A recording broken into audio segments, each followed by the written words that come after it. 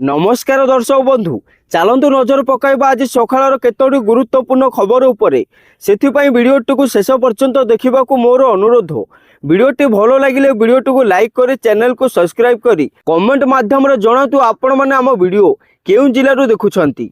चलतु आज सकाळ खबर उपरे नजर पकाइबा। आजिर प्रथम खबर आपण सरकारी चाकरी करुथिले सावधान कारण सरकारी बाबूंक उपरे कड़ा नजर रखिबे सरकार। किए भल काम करुछि किए कार्यर अवहेला करी ठकुछि ताहार मूल्यांकन करिवे विभागर उपरिस्थ अधिकारी कारण बाबूंकर प्रदर्शन रिपोर्ट सबु मासर प्रस्तुत करा जिवो। योजना और संयोजना विभाग पक्षरु गत 28 तारिख रे सबु विभागर सचिव और कमिशनर को चिठी लिखा जाइछि। आउ चिठी रे कुहा जाइछि प्रति मासरे श्रेष्ठ कर्मचारी को दिया जिवो पुरस्कार। परवर्ती खबर गाड़ी जांच पुलिस काम नुहे कहिला घरोई बस और ट्रक मालिक संघ।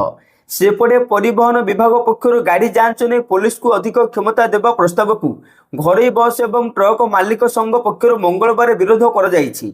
यह द्वारा गाड़ी चालक असुविधार पड़े पुलिस जुलम बढ़िबो बोली संघ पक्षर कह जाइछि।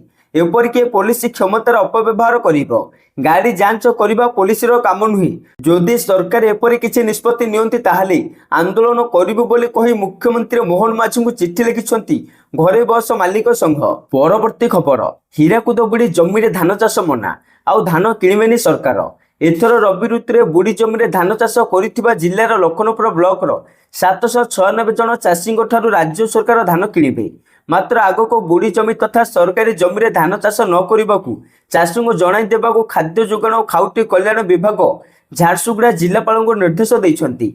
आउ जो चाषी माने सरकारी बुड़ी जमी रे धान चाष करिवे सेमानकर धान आउ सरकार किणिबे नाही यह स्पष्ट कर देइछंती विभागीय अतिरिक्त सचिव सुदाम चरण मंडल। परवर्ती खबर आपनकर जदि घर नाही ही खबर आपनक पई कारण अंत्योदय गृह योजना रे समस्त गरीबों को पक्का घर देवे सरकार। प्रति पंचायत रु 10 हिताधिकारी को मिलिबो पक्का घर। प्रति हिताधिकारी को गृह योजना रे शामिल करिवे सरकार। आउ एही योजना पई 7550 कोटी टंकार व्ययबराद हेबा सहित 3 वर्ष भितर 2,25,000 पक्का घर जोगाई देवा लक्ष्य रखा जाइछि। परवर्ती खबर भारतीय आईन रे डिजिटल अरेस्ट पर शब्द नहीं सतर्क कराइला ओडिशा पुलिस। सेपटे साइबर अपराधी विभिन्न उपाय लोकों को फोन कर ठकुछंती डिजिटल अरेस्ट होइथिबा कहि कोटी कोटी लोकों को चून लगाउछंती। न्यायिक अधिकारी पुलिस सीबीआई और कस्टम अधिकारी परिचय दे लोकों को ठकुछंती। भारतीय आईन रे डिजिटल अरेस्ट पर कौनसी शब्द नहीं बोली कही सतर्क कराइछि राज्य पुलिस। आउ एपरि फोन आसिले निकटस्थ थाना बा 1930 को जणाइबाकू कहिसंती। परवर्ती खबर 100 जनसंख्या विशिष्ट गांव को संजोग हेबो पक्का रास्ता। सबु पीवीटीजी दुर्बल तथा अनुसूचित श्रेणी जनजाति गोष्ठी गांव को रास्ता संजोग पई होउछि योजना। राज्य सरकार प्रस्तुत करिसंती एक बड़ प्लान। एबे 100 जनसंख्या विशिष्ट गांव को हेबो पक्का रास्ता। ए नै गांव गुड़िकर तालिका प्रस्तुत सरिछि। पीएम जनमन योजना रे 350 किलोमीटर पर्यंत रास्ता निर्माण नहीं टार्गेट कर जाइछि। ग्राम उन्नयन विभाग समीक्षा पर एक कथा कहिसंती मंत्री रवि नायक। परवर्ती खबर राज्यर अनाथ पिलांक सर्वे करिवे राज्य सरकार। बापा किंबा मां को मध्यरु जणको हराइथिबा पिलांक सर्वे भी हेबो। सर्वे संक्रांत रे जिलापाल मानकु चिठी लिखिछि महिला और शिशु विकास कल्याण विभाग। अंगनवाड़ी केन्द्र जरिया सर्वे करबाकू गाइडलाइन जारी कर जिवो। परवर्ती खबर यात्रा जगतर खलनायक संजय भोल को आजीवन बासंद कला ओमाबा अपेरा मास्टर संघ। एक पॉडकास्ट रे संजय विवादीय मंतव्य दे निज पे अड़ुआ परिस्थिति सृष्टि करिसंती जहा फल ओमा तांको विरुद्ध रे एभली कार्यानुष्ठान नेइछि। पॉडकास्ट रे संजय देइथिबा मंतव्य को नै ओमा सभापति विजय दास प्रतिक्रिया रखि कहिसंती संजय भोल को आमे आजीवन बासंद करूछु। परवर्ती खबर इंडिमेंटो को धक्का एका लड़िबा को कहिले अरविंद केजरीवाल। आसंता बिहार आसाम और गुजरात विधानसभा निर्वाचन गुड़िकरी आप एकाके लड़िबो बोली कहिसंती दलर सुप्रीमो अरविंद केजरीवाल। केजरीवाल कहिसंती आप कौनसी मेंटर वर्तमान सहयोगी नहीं दलर निज निकट में शक्ति रही। 2024 लोकसभा निर्वाचन और दिल्ली विधानसभा निर्वाचन पर प्रथम थर लगी दलर सुप्रीमो खोलाखोली यह विषय पर उत्थापन करिसंती। परवर्ती खबर पुणी बदलिला प्राथमिक शिक्षकों बदली कैलेंडर। तेबे जिला भितर और जिला बाहर को बदली पे आवेदन को अनुमति। जून 6 तारिख भितर पोर्टाल जरिए आवेदन करेंगे। जून 7 बदली आवेदन शेष तारिख रही बेले जून 9 रु 16 भितर भेरिफिकेशन हेबा नहीं ओसेबाकू डीओ रे चिठी होईछि। पूर्व शिक्षक बदली आवेदन अवधि मे 15 रु 30 पर्यंत रही। परवर्ती खबर କେନ୍ଦୁପତ୍ର ତୋଳାଳିଙ୍କ ମୁହଁରେ ହସ ଫୁଟାଇଲେ ମୁଖ୍ୟମନ୍ତ୍ରୀ ମୋହନ ଚରଣ ମାଝୀ ମଙ୍ଗଳବାର ଦେବଗଡ଼ ଜିଲ୍ଲା ଗସ୍ତରେ ଯାଇ ପ୍ରାୟ 205 କୋଟି ଟଙ୍କା ମୂଲ୍ୟର 15ଟି ବିଭିନ୍ନ ଜନକଲ୍ୟାଣକାରୀ ପ୍ରକଳ୍ପର ଉଦ୍ଘାଟନ ଏବଂ ଭିତ୍ତିପ୍ରସ୍ତର ସ୍ଥାପନ କରିଛନ୍ତି। ଏହି ଅବସରରେ ରାଜ୍ୟର ସମସ୍ତ କେନ୍ଦୁପତ୍ର ତୋଳାଳି ଓ ବନ୍ଧାଳିଙ୍କ ପାଇଁ 41 କୋଟି 17 ଲକ୍ଷ ଟଙ୍କାର ସହାୟତା ରାଶି ମୁଖ୍ୟମନ୍ତ୍ରୀ ଘୋଷଣା କରିଥିଲେ। ଏଥିରେ କେନ୍ଦୁପତ୍ର ତୋଳାଳିଙ୍କ ଚପଲ ପାଇଁ 160 ଟଙ୍କା, କେରି ସଂଗ୍ରହ କପଡ଼ା ପାଇଁ 200 ଟଙ୍କା, ତୋଳାଳି ଓ ସିଜନାଲ ଷ୍ଟାଫଙ୍କ ଟୋପି ପାଇଁ 100 ଟଙ୍କା, ବନ୍ଧାଳିଙ୍କ ମଶାରୀ ଓ କମ୍ବଳ ପାଇଁ ଜଣଙ୍କ ପିଛା 700 ଟଙ୍କା ପ୍ରଦାନ କରାଯିବ। ଏହାଦ୍ୱାରା ରାଜ୍ୟର ପ୍ରାୟ 9 ଲକ୍ଷ କେନ୍ଦୁପତ୍ର ତୋଳାଳି ଓ ବନ୍ଧାଳି ଓ ସିଜନାଲ ଷ୍ଟାଫ ଉପକୃତ ହେବେ। ପରବର୍ତ୍ତୀ ଖବର, ରାଜ୍ୟର ବର୍ଷା କ୍ଷୟକ୍ଷତିକୁ ନେଇ ସମୀକ୍ଷା କରିଛନ୍ତି ରାଜସ୍ୱ ମନ୍ତ୍ରୀ ସୁରେଶ ପୂଜାରୀ। ବର୍ଷା କ୍ଷୟକ୍ଷତି ନେଇ 3 ଦିନରେ ରିପୋର୍ଟ ଦେବାକୁ ମନ୍ତ୍ରୀଙ୍କ ନିର୍ଦ୍ଦେଶ। ଏନେଇ ବିଭାଗ ତରଫରୁ ଜିଲ୍ଲାପାଳଙ୍କୁ ଚିଠି ଜାରି କରାଯାଇଛି। ତେବେ ରିପୋର୍ଟ ଆସିବା ମାତ୍ରେ ସରକାରଙ୍କ ତରଫରୁ ଆବଶ୍ୟକୀୟ ସହାୟତା ପ୍ରଦାନ କରାଯିବ ବୋଲି କହିଛନ୍ତି ମନ୍ତ୍ରୀ। ପରବର୍ତ୍ତୀ ଖବର, ବଢ଼ିବନି ଓମଫେଡ କ୍ଷୀର ଦର। ଏନେଇ ସୂଚନା ଦେଇଛନ୍ତି ଓମଫେଡ ପରିଚାଳନା ନିର୍ଦ୍ଦେଶକ ବିଜୟ ଅମୃତା କୁଲାଙ୍ଗେ। ସେପଟେ ମୁଖ୍ୟମନ୍ତ୍ରୀ ମୋହନ ମାଝୀ ଜୁନ 1ରୁ ଓମଫେଡ ଚାଷୀଙ୍କୁ ଲିଟର ପିଛା 3 ଟଙ୍କା ପ୍ରୋତ୍ସାହନ ରାଶି ପ୍ରଦାନ କରିବାକୁ ଘୋଷଣା କରିଛନ୍ତି।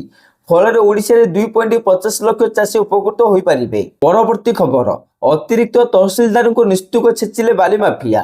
କାରଣ କପ୍ତିପଡ଼ା ଥାନା ଅଞ୍ଚଳରେ ଥିବା ଏକାଧିକ ବାଲିଘାଟରୁ ବେଆଇନ ବାଲି ଉତ୍ତୋଳନ ହେଉଥିବା ନେଇ କପ୍ତିପଡ଼ା ଅତିରିକ୍ତ ତହସିଲଦାର ଭୀମସେନ ମାଝୀ ଖବର ପାଇଥିଲେ। ସେ ନିଜ କାର ଯୋଗେ ତହସିଲ କାର୍ଯ୍ୟାଳୟକୁ ଯାଇଥିଲେ। ସେଠାରେ ଅନ୍ୟ କର୍ମଚାରୀଙ୍କ ସହ ଚଢ଼ାଉ ପାଇଁ ଯାଇଥାନ୍ତେ। ହେଲେ ସେ କାର୍ଯ୍ୟାଳୟରେ ପହଞ୍ଚିବା ବେଳକୁ ହଠାତ୍ 20ରୁ 25 ଜଣ ଲୋକ ତାଙ୍କ କାରକୁ ଘେରି ଯାଇ ଗାଳିଗୁଲଜ କରିଥିଲେ। ଖାଲି ଏତିକି ନୁହେଁ, ଅତିରିକ୍ତ ତହସିଲଦାର ଶ୍ରୀ ମାଝୀଙ୍କୁ କାର ଭିତରୁ ଟାଣି ନେଇ ନିସ୍ତୁକ ମାଡ଼ ମାରିଥିଲେ। ଏପରିକି ଜୀବନରୁ ମାରିଦେବା ପାଇଁ ଧମକ ଦେଇଥିଲେ। ପରବର୍ତ୍ତୀ ଖବର, ରାଜ୍ୟର ଅସହ୍ୟ ତାତି, ବାଲେଶ୍ୱର ସର୍ବାଧିକ ଉତ୍ତପ୍ତ। ପ୍ରବଳ ଗ୍ରୀଷ୍ମ ପ୍ରବାହ ଓଡ଼ିଶା ଉପରେ ପୁଣି ଥରେ ଆରମ୍ଭ ହୋଇଛି।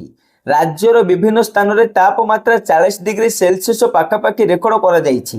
ସୋମବାର ବାଲେଶ୍ୱର ସର୍ବାଧିକ 39.8 ଡିଗ୍ରୀ ସେଲସିୟସ ତାପମାତ୍ରା ରେକର୍ଡ କରି ସବୁଠାରୁ ଉତ୍ତପ୍ତ ସ୍ଥାନ ଭାବରେ ଉଭା ହୋଇଛି। ଏହାପରେ ରାଜ୍ୟର ରାଜଧାନୀ ଭୁବନେଶ୍ୱର 39.6 ଡିଗ୍ରୀ ସେଲସିୟସ ରେକର୍ଡ କରାଯାଇଛି ବୋଲି ପାଣିପାଗ ବିଭାଗ ପକ୍ଷରୁ ସୂଚନା ପ୍ରଦାନ କରାଯାଇଛି। ପରବର୍ତ୍ତୀ ଖବର, ଭଦ୍ରକବାସୀଙ୍କୁ ବଡ଼ ଉପହାର ଦେଇଛନ୍ତି ମୁଖ୍ୟମନ୍ତ୍ରୀ ମୋହନ ଚରଣ ମାଝୀ। ଭଦ୍ରକରେ 1074 କୋଟି ଟଙ୍କାର ପ୍ରକଳ୍ପ ଭେଟି ଦେଲେ ମୁଖ୍ୟମନ୍ତ୍ରୀ। 13 ପୂର୍ଣ୍ଣାଙ୍ଗ ପ୍ରକଳ୍ପର ଲୋକାର୍ପଣ ସହ ନୂଆ ପ୍ରକଳ୍ପର ଶିଳାନ୍ୟାସ କରିଛନ୍ତି। ଏହା ସହିତ ପୂର୍ବତନ ମୁଖ୍ୟମନ୍ତ୍ରୀ ନବୀନ ପଟ୍ଟନାୟକଙ୍କୁ ମଧ୍ୟ ସେ ଟାର୍ଗେଟ କରିଛନ୍ତି। ସେ କହିଛନ୍ତି 5T ନାଁରେ ରଙ୍ଗ ମାରିବା ଓ ବାଜ ବଜାଇବାରେ ଚାଲି ଯାଇଛି। ଆୟୁଷ୍ମାନ ଯୋଜନା ପୂର୍ବ ସରକାର ଲାଗୁ କରୁନଥିଲେ, ଆମେ କଲୁ ବୋଲି ମୋହନ ମାଝୀ କହିଛନ୍ତି। ସେ ଆହୁରି କହିଛନ୍ତି ଚାଷୀଙ୍କୁ 100 ଟଙ୍କା ବୋନସ ଘୋଷଣା କରିଥିଲେ କିନ୍ତୁ ଦେଇପାରିଲେନି। ସୁଭଦ୍ରା ସହାୟତା ରାଶି ଉପଯୋଗ କରି ଲକ୍ଷପତି ଦିଦି ତିଆରି ହେଲେ ବୋଲି କହି ପୂର୍ବର ବିଜେଡି ସରକାରଙ୍କୁ ଧୋଇଛନ୍ତି ମୋହନ ମାଝୀ। ପରବର୍ତ୍ତୀ ଖବର, ପୁରୀ ଜଗନ୍ନାଥ ଧାମରୁ ଦେଶର ପ୍ରମୁଖ ଧାର୍ମିକ ସ୍ଥଳକୁ ଗଡ଼ିବ ଜଗନ୍ନାଥ ଏକ୍ସପ୍ରେସ। ରାଜ୍ୟରେ ମୋହନ ସରକାରଙ୍କ ବର୍ଷ ପୂର୍ତ୍ତି ଉପଲକ୍ଷେ ଏହି ଯୋଜନା ଆରମ୍ଭ କରାଯିବ। ଏଥିପାଇଁ ରାଜ୍ୟ ଓଡ଼ିଶା ସଡ଼କ ପରିବହନ ନିଗମ ତରଫରୁ ଏହି ପ୍ରସ୍ତୁତି ଆରମ୍ଭ କରାଯାଇଛି। ପରବର୍ତ୍ତୀ ଖବର, ଶ୍ୱାସରୁଦ୍ଧ ହୋଇ ଚାଲିଗଲା 4 ଜୀବନ। ନବରଙ୍ଗପୁର ନନ୍ଦାହାଣ୍ଡି ପହଲଗୁଡ଼ା ଗାଁରେ ଅଭାବନୀୟ ଘଟଣା। ଶ୍ୱାସରୁଦ୍ଧ ହୋଇ 4 ଶ୍ରମିକଙ୍କ ମୃତ୍ୟୁ ଘଟିଛି। ପାଇଖାନା ଟାଙ୍କିରେ କାମ କରିଲା ବେଳେ ଏଭଳି ଅଘଟଣ ଘଟିଛି। ଏହି ନିର୍ମାଣାଧୀନ ପାଇଖାନାରେ କାମ କରୁଥିଲା ବେଳେ ପାଇଖାନାରେ ଫଲ୍ସ ଖସି ଯାଇଥିଲା। ଫଳରେ ଶ୍ୱାସରୁଦ୍ଧ ହୋଇ 2 ଜଣ ଗୁରୁତର ହୋଇ ପଡ଼ିଥିଲା ବେଳେ ଅନ୍ୟ 2 ସହଯୋଗୀ ତାଙ୍କୁ ଉଦ୍ଧାର କରିବାକୁ ଯାଇଥିଲେ। ତେବେ ସେମାନେ ମଧ୍ୟ ଶ୍ୱାସରୁଦ୍ଧ ହୋଇ ମରିଗଲେ। ପରବର୍ତ୍ତୀ ଖବର, ଓବିସି ତାଲିକାରେ ସାମିଲ ହେବେ 76ଟି ନୂଆ ଜାତି। ମିଳିଲା କ୍ୟାବିନେଟ ମଞ୍ଜୁରୀ। ଆସନ୍ତା ବର୍ଷ ପଶ୍ଚିମବଙ୍ଗରେ ବିଧାନସଭା ନିର୍ବାଚନ ହେବାକୁ ଯାଉଛି ଏବଂ ଏଥିପାଇଁ ରାଜନୈତିକ କାର୍ଯ୍ୟକଳାପ ମଧ୍ୟ ବୃଦ୍ଧି ପାଉଛି। ଆଉ ଏହି ସମୟରେ ମମତା ବାନାର୍ଜୀ କ୍ୟାବିନେଟ ପଶ୍ଚିମବଙ୍ଗ ପଛୁଆ ବର୍ଗ କମିଶନ WBCBCର ସୁପାରିଶକୁ ଅନୁମୋଦନ କରିଛନ୍ତି, ଯେଉଁଥିରେ ଓବିସି ତାଲିକାରେ 76ଟି ନୂତନ ଜାତିକୁ ସାମିଲ କରିବା ପାଇଁ କୁହାଯାଇଛି। ପରବର୍ତ୍ତୀ ଖବର, ପାଟ ପ୍ଲଟ ବିକ୍ରି ପାଇଁ 300 DCRଙ୍କୁ ରାଜସ୍ୱ ବିଭାଗ ପକ୍ଷରୁ ଶୋକଜ ନୋଟିସ ଦିଆଯାଇଛି।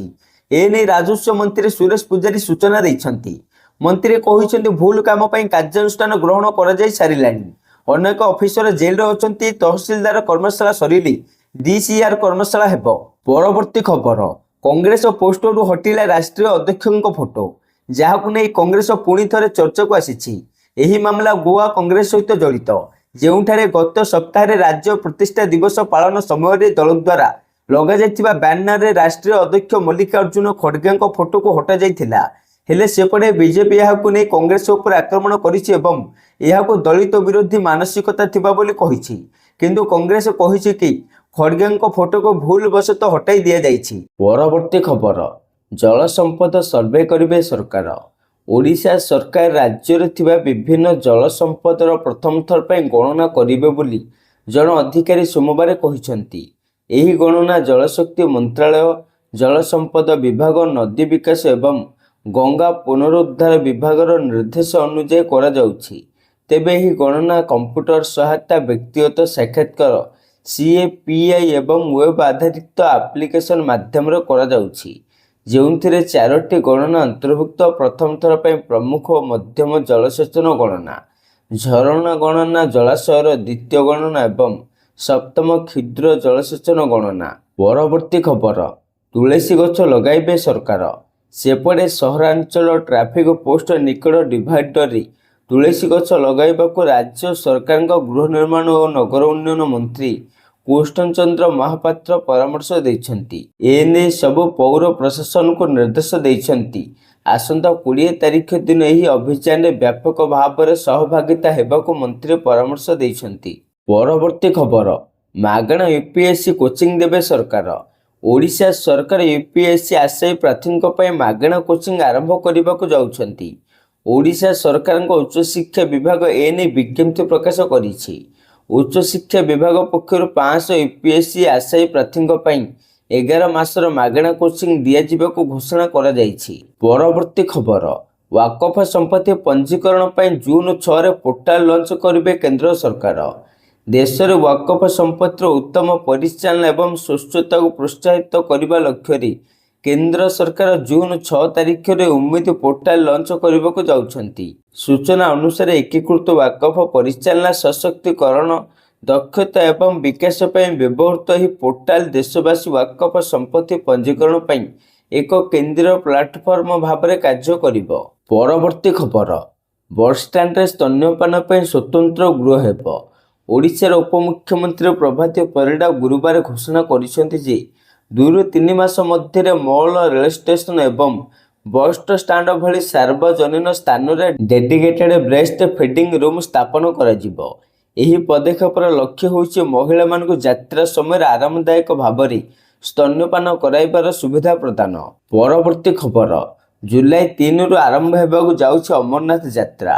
ଏନେଇ ଜାମ୍ମୁରେ ଜୋରସୋରରେ ଚାଲିଛି ପ୍ରସ୍ତୁତି। ସୁରକ୍ଷା ପାଇଁ CRPF ଏବଂ ଜାମ୍ମୁ ପୋଲିସ ନିୟୋଜିତ ହୋଇଛି। ଯାତ୍ରୀଙ୍କ ବେସ୍ କ୍ୟାମ୍ପରେ ସୁବିଧାଗୁଡ଼ିକ ଉପରେ ବିଶେଷ ଧ୍ୟାନ ଦିଆଯାଉଛି। ତେବେ ଚଳିତ ବର୍ଷ ଅମରନାଥ ଯାତ୍ରା ଜୁଲାଇ 3ରୁ 9 ତାରିଖ ପର୍ଯ୍ୟନ୍ତ ଚାଲୁ ରହିବ। ପରବର୍ତ୍ତୀ ଖବର, ବର୍ତ୍ତମାନ ନିଷିଦ୍ଧାଞ୍ଚଳ ଛାଡ଼ି ବାକି ସ୍ଥାନ ବୁଲିପାରିବେ ପର୍ଯ୍ୟଟକ। ଅପରେସନ ସିନ୍ଦୁର ପାଇଁ ଲାଗିଥିଲା ଏହି କଟକଣା। ଏହି କଟକଣା ହଟିବା ନେଇ ଜିଲ୍ଲାପାଳ ସୂଚନା ଦେଇଛନ୍ତି। ସୂଚନା ମୁତାବକ ଅପରେସନ ସିନ୍ଦୁର ସମୟରେ ହୀରାକୁଦ ଜଳଭଣ୍ଡାର ସୁରକ୍ଷା ନେଇ ପଦକ୍ଷେପ ନିଆଯାଇଥିଲା।